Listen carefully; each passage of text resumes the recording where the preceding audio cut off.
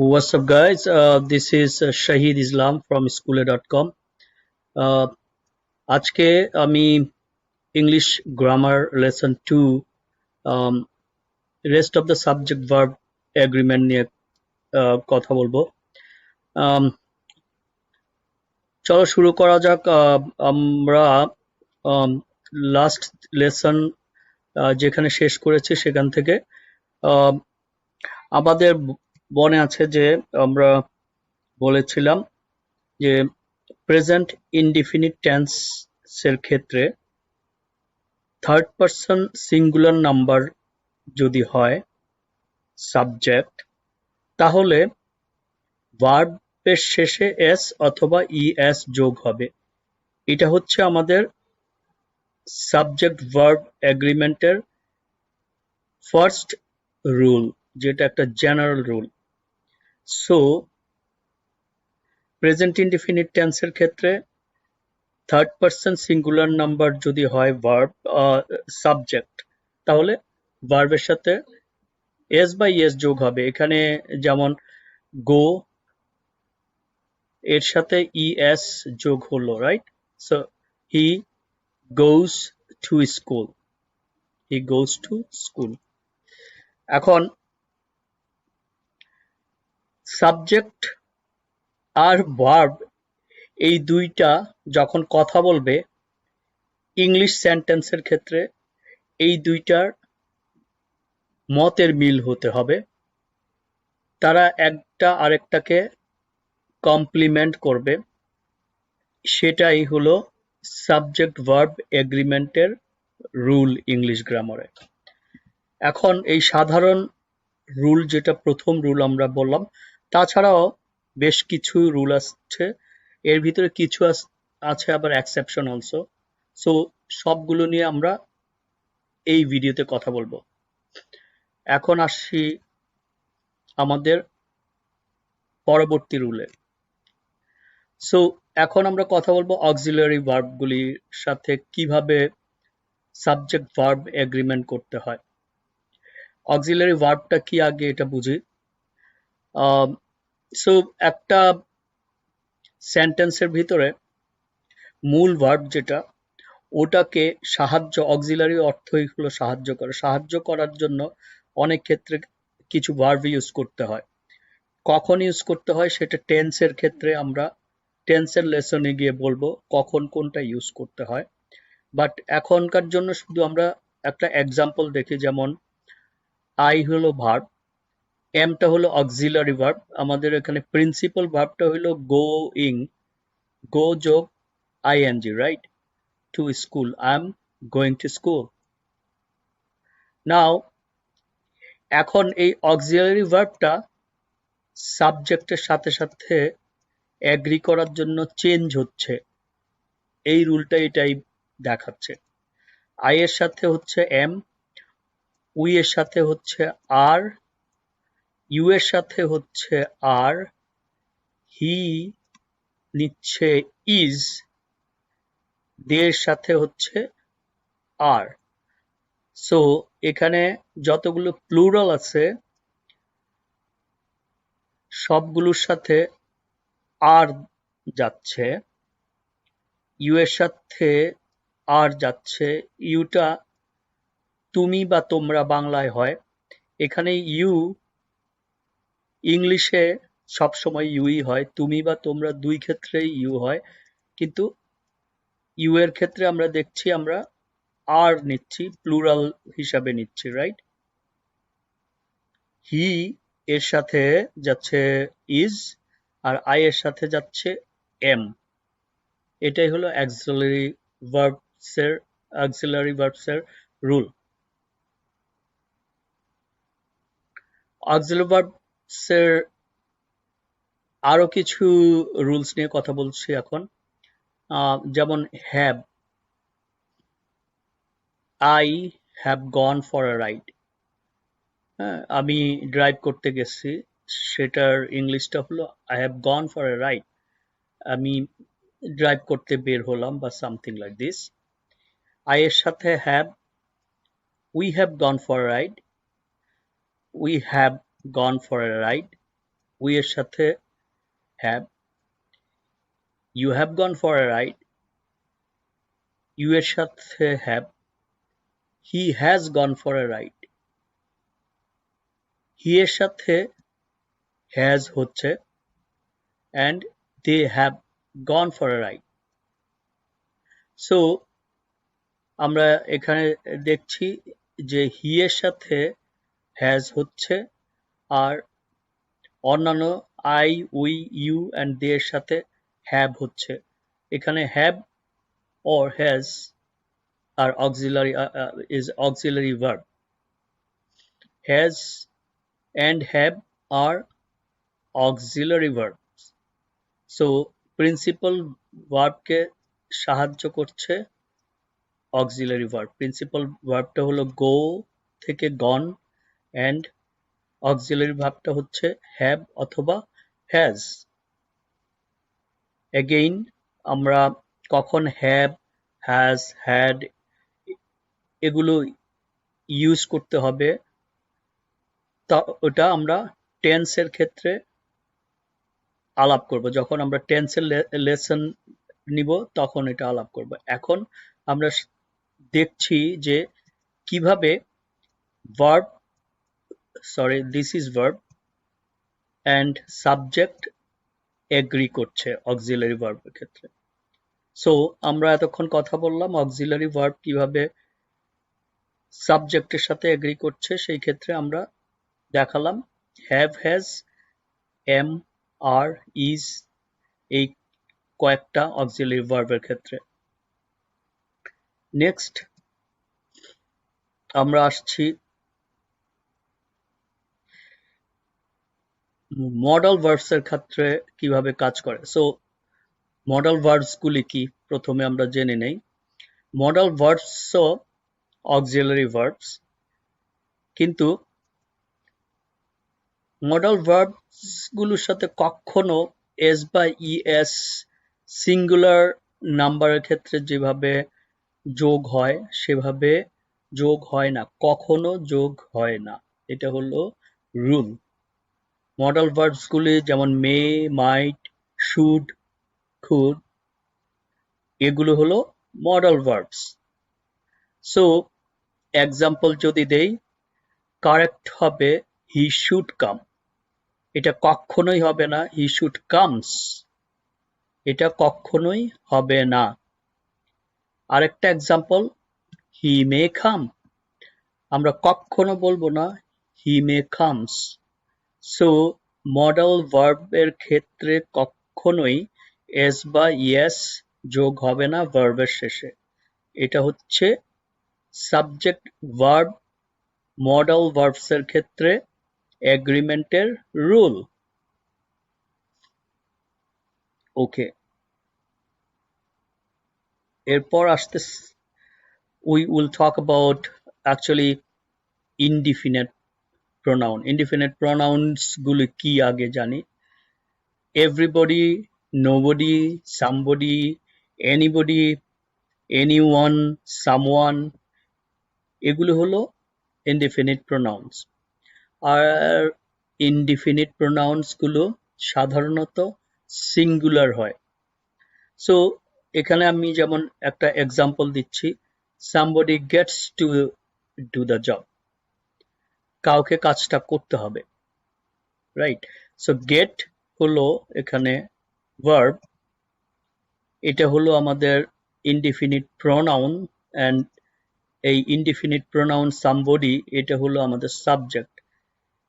আর ভার্বের সাথে এগ্রি করতে গিয়ে যেহেতু somebody হলো সিঙ্গুলার, আর আমরা প্রথম যখন লেসনে বলেছিলাম যে third person singular number, so this is third person of course, and singular number হিসাবে ইনডিফিনিট প্রোনাউন গুলো আসে।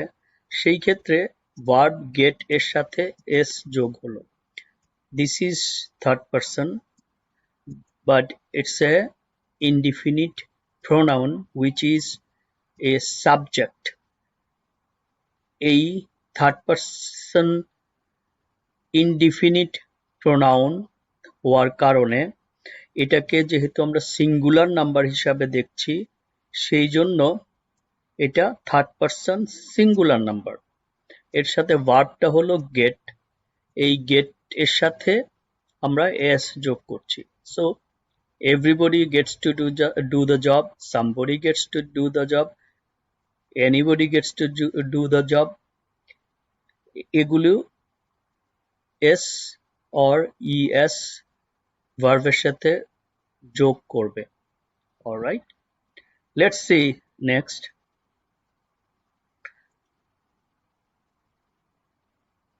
আমরা এই ক্ষেত্রে কথা বলছি কম্পাউন্ড সাবজেক্ট নিয়ে। কম্পাউন্ড সাবজেক্টটা হলো দুইটা সাবজেক্ট যদি একই সেন্টেন্সে থাকে। হ্যাঁ, সো এটার ক্ষেত্রে আমাদের খুব সাবধান হতে হবে। কম্পাউন্ড সাবজেক্টের ক্ষেত্রে যদি এন্ড হয়, ঠিক আছে, সেই ক্ষেত্রে আমাদের এই কম্পাউন্ড সাবজেক্টটাকে আমরা প্লুরাল হিসাবে ধরব। সো আমাদের এই এক্সাম্পলে দেখা যাচ্ছে আমরা বলতেছি রোজ and Jose are coming to the party. Rose and Jose are coming to the party. So Rose and Jose যেহেতু and আছে, তার মানে তারা উভয়ে, they both are, এটা হলো plural subject. Rose and Jose, আরটা হলো plural form of verb. So যখন আমরা বলবো রোজ and Jose, we must say are coming to the party. কিন্তু যখন আমরা or বলবো, তার মানে হচ্ছে দুইজনের একজন, যে কোনো একজন। এখানে আমরা বলছি রোজ or Jose, rose or Jose, তার মানে হচ্ছে হয় রোজ অথবা হোজে, দুইজনের যে কোনো একজন। তার মানে এই কম্পাউন্ড সাবজেক্ট এই ক্ষেত্রে হয়ে যাবে সিঙ্গুলার ফর্ম। সো আমাদের ভার্বটাও সিঙ্গুলার ফর্ম হবে, is coming to the party. Rose or Jose is coming to the party. So হয় রোজ অথবা হোজে পার্টিতে আসছে। এটা হলো কম্পাউন্ড সাবজেক্টের রুলস। তারপর গ্রুপ নাউন, এটা খুব tricky, so let's be very careful about it. Group নাউনগুলি কি? যেমন টিম, ক্লাব, ক্রাউড, ক্লাস, এগুলো হলো গ্রুপ নাউন। একটা নাউন, বাট এটা একটা গ্রুপকে ইন্ডিকেট করে। এটা সিঙ্গুলার হবে না প্লুরাল হবে, সেটা ডিপেন্ড করবে হলো মিনিং এর উপর, এর অর্থটা কিভাবে এটা বহন করছে, প্রকাশ করছে তার উপরে। সিম্পল একটা উদাহরণ দিলে বোঝা যাবে। এক্সাম্পল হলো, আমি বললাম my team is going to help you. So team, এটা ওখানে 10 জন হতে পারে, 5 জন হতে পারে, 2 জন হতে পারে, ঠিক আছে। বাট এখানে আমি যখন বলছি যে তোমাকে আমার টিম গিয়ে সাহায্য করবে, সেই ক্ষেত্রে টিমটা একটা ইউনিট হিসাবে কাজটা করছে, পুরো টিমকে এক হিসাবে দেখাচ্ছে। আমার টিম তোমাকে গিয়ে সাহায্য করবে। সেই জন্য এখন আমরা মাই টিমটাকে আমরা সিঙ্গুলার হিসাবে মিন করতেছি। এই টিমটা এখন যেই ভার্বটা নিচ্ছে, এটা অক্সিলারি ভার্ব, বাট এটা তো ভার্ব, সো এই অক্সিলারি ভার্বটা হচ্ছে সিঙ্গুলার ফর্মে। এর পরের এক্সাম্পলটা দেখি। The team are going to meet to resolve the issue. So এই ক্ষেত্রে বলা হচ্ছে যে team are going to meet to resolve the issue. আমরা মিন করছি এখানে যে পুরো টিমটা যাবে, টিমে কিছু লোক থাকবে, তারা বসবে একসাথে, তারা ইস্যুটা রিজলভ করবে, ইস্যুটা সলভ করবে, সমাধান করবে। যে ইস্যু হচ্ছে ওই ইস্যুটা সলভ করার জন্য পুরো টিম যাবে এবং ওই টিম বসবে, টিমের লোকরা বসে এটা রিজলভ করবে। তো সেই ক্ষেত্রে দ্য টিমটা এখন প্লুরাল ফর্ম নিল এবং সেজন্য আমাদের যেই অক্সিলারি ভার্বটা আছে সেটাও প্লুরাল ফর্ম নিল। এখানে আমরা আর ইউজ করতেছি। সো এখানে দেখছি যে আমাদের এই টিম আর এটা আর মাই টিম ইজ এটা দুইটা ভিন্ন অর্থ প্রকাশ করার জন্য একটা নিল সিঙ্গুলার ফর্ম আর একটা নিল প্লুরাল ফর্ম। ওকে,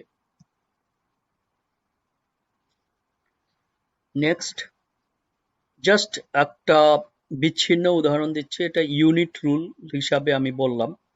সো কোনো একটা সাবজেক্ট যদি এরকম হয় যে সাবজেক্টটা আসলে ইউনিট হিসাবে প্রকাশ করছে নিজেকে, সেই ক্ষেত্রে দেখা যাচ্ছে যে আমরা সিঙ্গুলার ফর্ম নিতেছি। যেমন 10 মাইলস, মনে হচ্ছে যে মাইলস যেহেতু 10 মাইল, 10 মাইলস এটা প্লুরাল মনে হচ্ছে, রাইট? বাট অ্যাকচুয়ালি এটা একটা ইউনিট হিসাবে যাচ্ছে।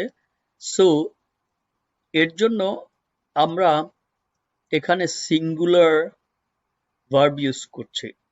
10 miles is a long distance. 10 mile বড় দূরত্ব। সো এই ক্ষেত্রে আমরা 10 miles এটা সিঙ্গুলার সাবজেক্ট হিসাবে নিচ্ছে, একটা ইউনিট হিসাবে, এবং এটাকে আমরা একটা বড় এটাকে আমরা সিঙ্গুলার ভার্বের সাথে সংযুক্ত করছি। অলরাইট, আমরা একটা কুইজ থ্রো করে শেষ করব আজকের ভিডিওটা। এই কুইজটা তোমরা নিজেরা করো। 4টা মাত্র কোয়েশ্চেন আছে। করার পরে তোমরা স্কুলে.com-এ যাও, স্কুলে.com-এ গিয়ে আমাদের গ্রুপসের আন্ডারে, আমাদের গ্রুপস যেটা তোমরা মেইন মেনুতে গ্রুপস পাবা, গ্রুপসের আন্ডারে আমাদের যেই নিজস্ব ইংলিশ ক্লাবের গ্রুপটা আছে, স্কুলে university USA spoken English club, এখানে গিয়ে তোমরা তোমাদের কুইজের অ্যান্সার পোস্ট করে দিতে পারো। Thank you very much. So আজকে এই পর্যন্তই থাক। We will talk another day with another lesson in grammar. Have a great day. Bye.